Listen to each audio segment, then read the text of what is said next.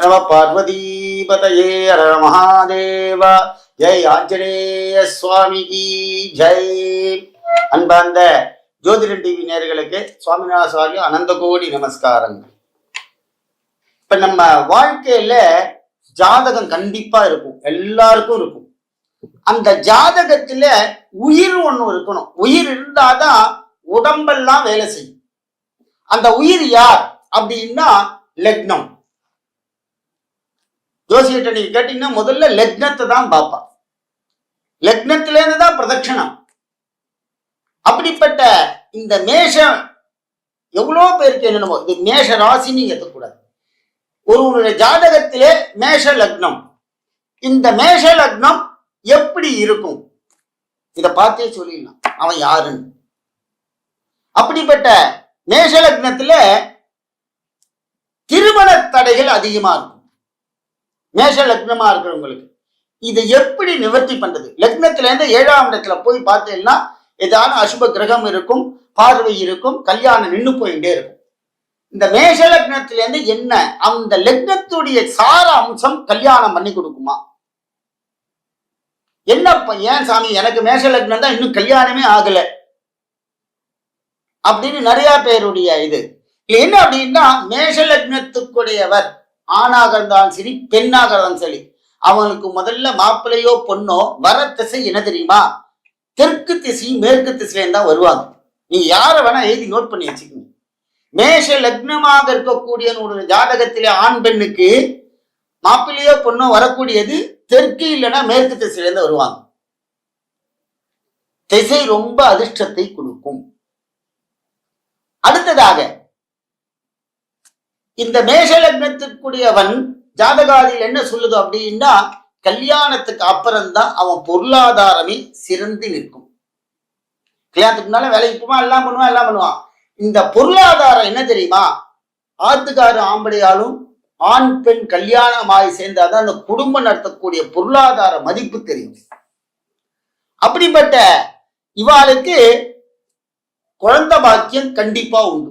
மேஷ லக்னத்துல இருக்கக்கூடிய ஆண் பெண் கல்யாணத்துக்கு அப்புறம் குழந்தை பாக்கியம் நன்றாக இருக்கும். அடுத்ததாக வேலை வாய்ப்புகள், அவ உத்தியோகம் கல்யாணம் ஆன பிறகுதான் சொல்லுவான், என் மனைவி வந்த பிறகு நான் மேலே ஏறிட்டேன் அப்படின்பான். இந்த பொண்ணு சொல்லுவா, நான் இவரை கல்யாணம் பண்ணிட்ட பிறகுதான் எனக்கு எல்லா சந்தோஷமும் கிடைச்சிருக்கு அப்படின்பா. அப்படிப்பட்ட இந்த வேலை வாய்ப்புகளை அதிகப்படுத்தும். சரி சாமி எனக்கு கல்யாணம் ஆகலை, இதுக்கு ஏதாவது தீர்வு இருக்கா மேஷ லக்னமா இருக்கக்கூடிய எனக்கு அப்படின்னு பார்த்தீங்களா? இருக்கு. எல்லாருக்கும் ஜாதகம் இருக்கு சார். ஜாதகத்துல கட்டத்துல முதல் லக்னம் போட்டிருக்கும். அது என்ன லக்னம்? நீங்க ஜோசியரை கேட்டா சொல்லுவா மேஷ லக்னம் அப்படின்பா. அப்படிப்பட்டவருக்கு மகாலட்சுமியை வழிபடணும். மேஷ லக்னமா இருக்கக்கூடிய ஜாதகாதிகள் அஷ்டலட்சுமி, மகாலட்சுமி,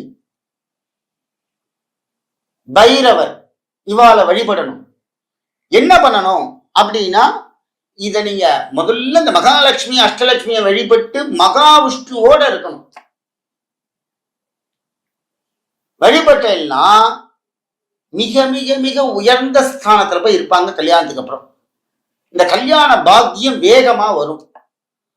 அடுத்ததாக என்னைக்கு சாமி இதை பண்றது? ஒரே ஒரு நாள் தான்.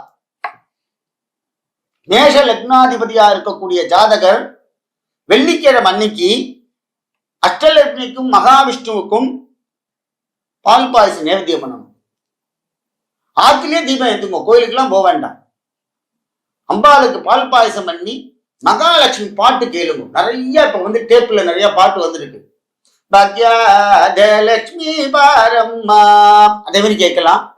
கல்யாண சாங்ஸ் மேலத்திலேயோ இல்ல கௌரி கல்யாண வைபோகமே அப்படின்னு வரக்கூடிய அந்த சங்கீதங்கள்லாம் கேட்டு இந்த மேஷ லக்னாதிபதியா இருக்கக்கூடியவங்களுக்கு இந்த தெய்வத்தை வழிபட்டால் கல்யாண பாக்கியம் வேகமாக நடக்கும். இதுக்கு பரிகாரம்லாம் செய்ய வேண்டாம். நீங்க ஆத்திலேயே உட்காந்து, சாமி நான் வெளிநாட்டுல இருக்கேன் எனக்கு வழக்கெல்லாம் ஏத்த தெரியாது அப்படின்னா, மகாலட்சுமி போட்டோ வச்சுக்கோ. உன்னுடைய ஜாதகத்தை மேஷ லக்னமா மகாலட்சுமி போட்டோ வச்சு மகாலட்சுமி வழிபடுங்கோ. மகாவிஷ்ணுவோட மகாலட்சுமி மகாவிஷ்ணு இருப்பார். சுத்திய ஒரே போட்டோலயே அஷ்டலட்சுமி இருக்கும். வாங்கி நீங்க பூஜை பண்ணிடலாம். வெள்ளிக்கிழமை அன்னைக்கு போதும், மற்ற நாள்லாம் வேண்டாம்.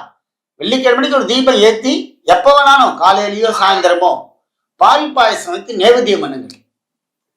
ரொம்ப சுவாமி அம்பாள் அனுகிரகம் பண்ணி நமக்கு மாங்கல்ய பாக்கியத்தையும் பொருளாதாரத்தின் நிலைமையும் நல்ல கணவரை கொடுப்பார், நல்ல மனைவியை கொடுப்பார்.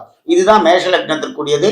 ஆன்மீகர்கள் எல்லோரும் இந்த மகாலட்சுமியை வணங்கி எல்லோரும் நல்லபடியாக அதி சீக்கிரமா கல்யாண பாக்கியம் கிடைக்கணும் பிரார்த்தனை பண்ணுங்க. இந்த மேஷ லக்னமா இருக்கக்கூடியது எப்படின்னா, இப்ப சில தம்பதிகள்லாம் பிரிஞ்சிருப்பா. லக்னத்தை பார்க்கலாம். அங்க எதனால அவங்க பிரிஞ்சிருக்காங்க? குழந்தை பாக்கியம் இல்லாம இருக்கும். பெற்றோர்களை விட்டு வெளி தூரத்தில் இருப்பார்கள். சின்ன வயசுல இருந்தே படிப்புலயும் ஒத்துமையா பெரிய அப்பாட்ட இருந்திருக்க மாட்டான். ஹாஸ்டல்ல போய் படிச்சிருப்பான். வேலைக்கு போனாலும் ஃபாரின்ல போய் எங்கேயும் வேலை பார்ப்பான். அப்பா அம்மாவோட ரொம்ப நாள் இருக்கக்கூடிய வாய்ப்பே இல்லாமல் இருப்பான். சரி, அடுத்ததாக பல கஷ்டங்கள், சண்டை சச்சரவுகள், சொந்தக்காரர்களா சண்டை, இதெல்லாம் இந்த மேஷ லக்னத்தில் இருக்கக்கூடியவருக்கு வருமா அப்படின்னா, அங்கே அசுப கிரகங்களுடைய செயல்பாடுகள் எப்படி இருக்குன்னு பார்க்கணும் ஜாதகத்தில். அப்படி இருந்தாதான் இந்த மேஷ லக்னத்துக்குரியவருடைய பிரச்சனைகள் தீரும். இப்ப இருக்கிற நிலைமை என்ன சார், நான் இந்த ஆண்டு என்ன பண்ணிருக்கேன் அப்படின்னா, 24 மரும் நவக்கிரகங்கள் நம்மளை பார்த்து கொண்டுதான் இருக்கும், வேலை செய்து கொண்டுதான் இருக்கும்.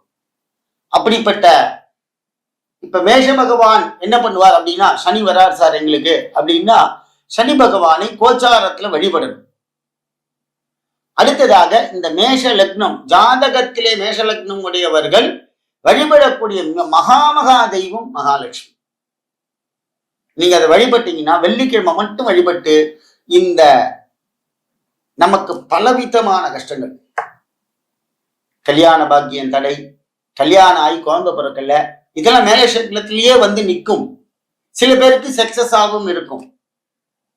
இது நடக்க முடியாதவர்களுக்கு இந்த பிரச்சனை.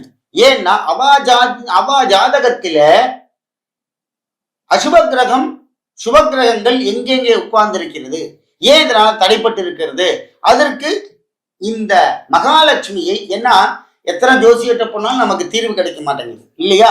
ஆகையினால இதை நீங்க வைத்துக் கொள்ளுங்கள். உங்க ஜாதகத்துல மேஷ லக்னம் உங்களுக்கு தெரிஞ்சு போச்சுன்னா, இந்த மகாலட்சுமி ஆத்துல கும்பிடுங்கோ, நல்லபடியா கல்யாணம் நடக்கும், ஒன்று சீர்வுகள், குழந்தை பாக்கியம் கிடைக்கும், தம்பதிகள் ஒற்றுமையா இருப்பார்கள், ஆத்துல மங்களகரம் நடக்கும்.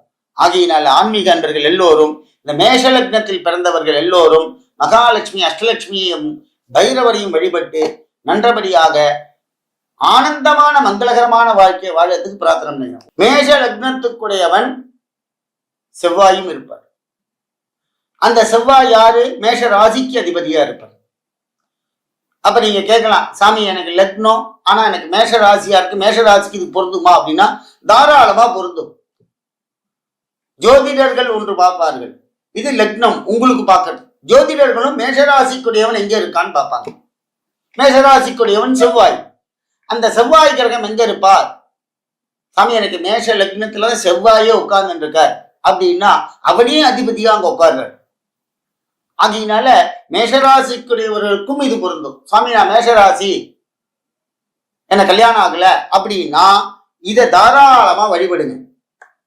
மகாலட்சுமியை அஷ்டலட்சுமியை வழிபட்டு தீபம் ஏற்றி வழிபடணும். ஆத்துல பால் பாயசம் நைவேத்தியம் பண்ணி தீபம் ஏற்றினேன்னா மேஷராசிக்குரியவனுக்கும் மேஷ லக்னத்தில் இருக்கக்கூடிய ஜாதகாதிக்கும் இது நன்றாக பொருந்தும்.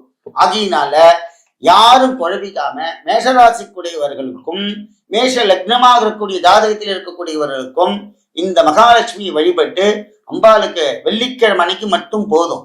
வெள்ளிக்கிழமை அன்னைக்கு அம்பாளுக்கு படத்தை வச்சு நைவேத்தியம் பண்ணி பால் பாயசம் நைவேத்தியம் பண்ணி அம்பாளுக்கு நீங்க நமஸ்காரம் பண்ணாலே அம்பாள் கண்டிப்பா உங்களுக்கு மாங்கல்ய ஸ்தானத்தை கொடுப்பாள்.